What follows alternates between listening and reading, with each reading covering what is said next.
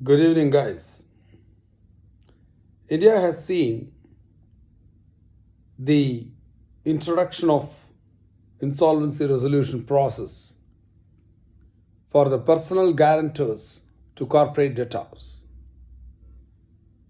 I'm sure you would have already noticed that the Insolvency Bankruptcy Code 2016, which came into force on 1st December 2016, had already made a big change in the credit culture, in the manner which businesses are run, in the risk assessment and risk acceptance. I have no doubt in saying this efficient legislation has shaken up the corporate world. After 3 years of existence of the Insolvency and Bankruptcy Code, you are going to now see what its impact will be on the personal guarantors to the corporate debtors. In India, directors and promoters offer their personal guarantee, undertake personally an obligation on behalf of the company, with or without any remuneration or consideration, that the loans borrowed by the company will be, upon failure of the corporate, borne by and repaid by the guarantors to the corporate loans. The directors and promoters invariably do this, and banks also invariably demand this. Big corporates may escape from this. Directors and promoters of very big corporates may not agree to sign up personal guarantees. But the large number of MSME sector companies definitely have no other go in India with banks and financial institutions demanding personal guarantees. After 3 years of this IBC experience, government has taken up one more step, and I can say that step is a very courageous, bold and much needed step. When the corporate insolvency resolution process has brought about a lot of changes and lot of recovery also has happened, cheering the banks and financial institutions in a big way. The time-bound process, the efficient process, the manner in which adjudicating authority, that is the National Company Law Tribunal, the National Company Law Appellate Tribunal, writ courts, Supreme Court has taken up the IBC cases, delivered its decisions so fast and efficient, proves that in India, business means business. And if there is no scope for business, India means that that business can also be closed, or that can be transferred or handed over to a more efficient person than the person who was operating it in conditions of insolvency. One of the very important aspects of insolvency resolution process is that the people, whether we can say natural persons or legal persons, who are in state of insolvency should be able to call it a day, close their business, wind up their business, close their affairs, settle their debts to the extent it is possible, and come back in a fresh way whenever it is possible for them to come out of the bankruptcy. With the coming into force of the new law relating to personal guarantors to corporate debtors, what you are going to see is that the personal guarantor by himself will be able to file an application before the adjudicating authority, or the creditor of the personal guarantor can also file an application before the adjudicating authority. And you know what? Immediately on filing the application, an interim moratorium sets in, whereby any suits or proceedings against the personal guarantor in relation to the debt gets stayed, and no fresh suit or proceeding in relation to the debt can be filed against the guarantor. So these guarantors are individuals, and generally if it is corporate, is the borrower, the director or promoter will be the individual, and sometimes the relatives of the directors and promoters would have offered some security. So they would have also offered alongside the security they will also offer personal guarantee. See, these are all the people, individuals, generally high net worth individuals, having good lifestyle, having good resources, having support of professionals, having the reach and wherewithal to fight out cases, would have been the people or would be the people who will be coming within this insolvency framework. And here there is a lot of lesson also, because once interim moratorium sets in, a resolution professional is likely to be appointed if the application is accepted by the adjudicating authority. And once the application is admitted, immediately a moratorium sets in for a period of 180 days. And the resolution professional, the first thing that he does is, he will be helping the personal guarantor to prepare a repayment plan. The repayment plan is nothing but a plan of action by setting out all the assets, funds and monies, properties of the debtor, that individual personal guarantor, and see how far the debts he has owed, he has taken upon himself, including the guaranteed debt. How much time it is required, how many years it is required to repay off all those debts.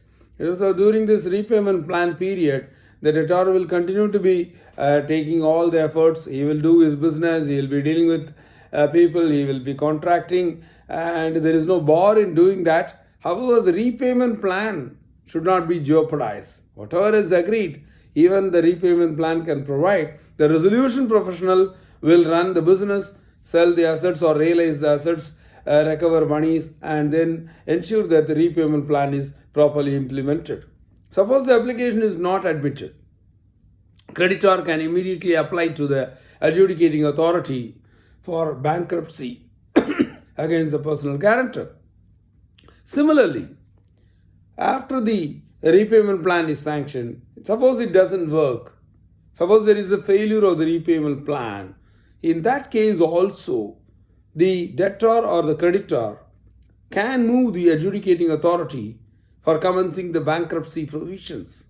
Once a bankruptcy application is admitted, the debtor, the personal guarantor, the individual may be declared as bankrupt. Upon declaration of the individual personal guarantor as the bankrupt, what happens is the entire properties, assets, funds and monies of the individual bankrupt gets vested in a bankruptcy trustee. It gets transferred. It is like ownership transfer from individual who is a bankrupt to a bankruptcy trustee, and the bankruptcy trustee can sell off all those assets, liquidate those assets, and pay off all the creditors by paying dividends as and when he is able to realize the proceeds by sale of those assets of the individual personal guarantor. Now, in this situation, what happens is the assets entirely will go out of the hands of the individual personal guarantor, except excluded assets. There are certain assets like his own living tools, vehicles, etc., which are necessary for his personal life, personal living, or a dwelling house, for example, in an urban area, that a house which is not more than 20 lakhs, or in a rural area, a house which is not more than 10 lakhs, can be retained by the individual personal guarantor despite he is being declared as a bankrupt. Similarly, religious customs will require some jewels and other things to be kept. So to the extent of value of 1 lakh, such religious jewels or some other thing which is articled in view of the religious customs and practices, that can be retained by the bankrupt. Similarly, LIC policies, pension policies can be retained by the bankrupt. Apart from these things, all other assets of the bankrupt individual personal guarantor would go to the bankruptcy trustee, and it will be used for payment of debts. There are certain debts which will never get discharged. There are debts like penalties and punishments, etc., that we can discuss separately in another opportunity. But very, very simply put it, a person, when he is declared as a bankrupt, immediately all his assets go to the hands of a bankruptcy trustee. And thereafter, the bankrupt can continue to be in life. There is no threat. He can always probably get engaged, but there are certain restrictions, there are certain disqualifications. For example, he cannot be a director of a company, he cannot hold a public office, he can't become MLA, MP, and so on and so forth. And during this time, he can apply for discharge. Probably within a year, a bankrupt can get discharged. These provisions have come into force already. Today we are on the second day of the coming into force of these provisions, and therefore, let me tell you, my dear friends, whoever is signing personal guarantee hereafter will think twice before accepting such obligations, and therefore tomorrow there may be a chance that a person who has accepted such an obligation beyond his means is becoming a bankrupt. In any case, the IBC has come to tell everyone, don't undertake risks without proper assessment, without proper capacity. Number one. Number two, having taken the risk, try to use the IBC framework, come out of it. If you have already unfortunately become bankrupt, don't worry. The IBC is not going to keep you as bankrupt for the whole of your life. It is, after all, you will be a bankrupt probably at the best for a period of a year, and thereafter you can get discharged. Bankruptcy trustee will take care of your assets. He will continue to deal with your assets for ever until he is able to liquidate all your assets. However, as a bankrupt, you may be able to come out. Therefore, in my opinion, IBC is a good piece of legislation. It has helped you and it is going to help you. And I am sure there will be good results if it is properly synchronized with the corporate insolvency resolution process and the personal guarantors resolution process, whereby both the corporate and the individuals who have given guarantees, they will be getting relieved from their obligations, repayment obligations, once and for all. Yes, everybody is going to suffer a haircut. There is no doubt. Every creditor is going to suffer a haircut, even if there are personal guarantees. But the personal guarantor who is undergoing the resolution process can look forward to a very peaceful settlement of his obligations. And if it is not possible, at the best, for a short period, he may become a bankrupt and he can come out quickly. Therefore, I think we must appreciate the efforts of the government in bringing about this very positive, business-friendly, exit-friendly legislation. Thank you.